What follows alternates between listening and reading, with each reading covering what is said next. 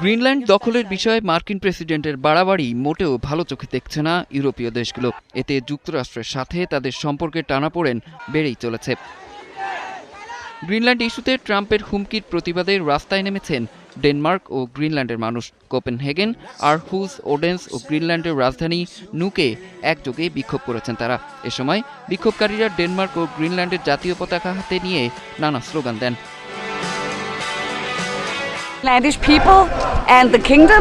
মার্কিন প্রেসিডেন্ট ট্রাম্পকে দেখানোর জন্য আমরা এখানে এসেছি। আমরা গ্রিনল্যান্ড হয়েই থাকতে চাই, যুক্তরাষ্ট্রে যেতে চাই না। আমরা নিজেদের মতো থাকতে চাই, এখানেই জীবনযাপন করতে চাই। আমি মনে করি এজন্য ডেনমার্ক এবং গ্রিনল্যান্ডকে একত্রিত হতে হবে।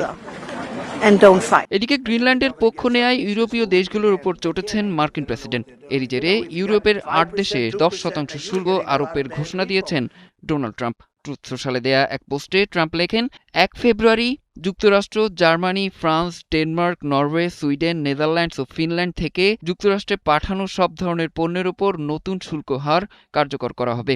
আগামী জুন থেকেই এই হার বাড়িয়ে 25% করা হবে বলেও হুঁশিয়ারি দেন তিনি।